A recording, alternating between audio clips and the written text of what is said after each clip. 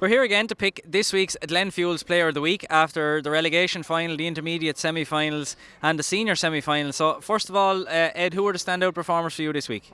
Yeah, well, in the relegation final, Conall Flood 5 points from play, Harry Keogh 4 points from play. I thought Jack Redmond and Sean O'Connor were absolutely outstanding for Rathnewer.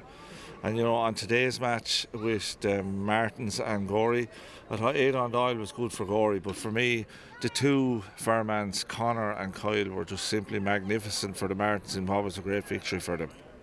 And Des, on the games you saw then, who would you see as the standout? Yeah, sure, Sean O'Connor is an obvious one, but just he was playing a match today, so I didn't see the first game. But going on the second game, Jack Kelly was outstanding. I thought James Pear, the two of them were unreal for the Rapparees, and Dara Pepper were the ones for the Raps. But I think for Ferns, Paul Morris had a great game for Ferns. I think Dermot Doyle played really well. I think it was just an all-round good performance from Ferns. There was probably no real stand-up, but a team performance. And I think the standout performers from the intermediate semi-finals were on the Timon side. A combination of Cathal Doyle, Stephen O'Gorman and Chris Cullen. I think they got something like 3-14 or something between them. So they were very good performances as well, Ed.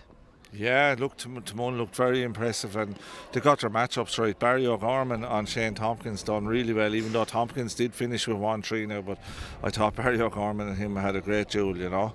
So we have a special guest this week, John Adams, who is going to announce this week's Glen Fuels Player of the Week. So you've heard what we've said here, John. Who is it going to be? Sean O'Connor of Rathnewer is my Player of the Week, this week's Player of the Week. So Sean O'Connor of Rathnewer is the winner of this week's Player of the Week with 1-7 from play in the relegation final.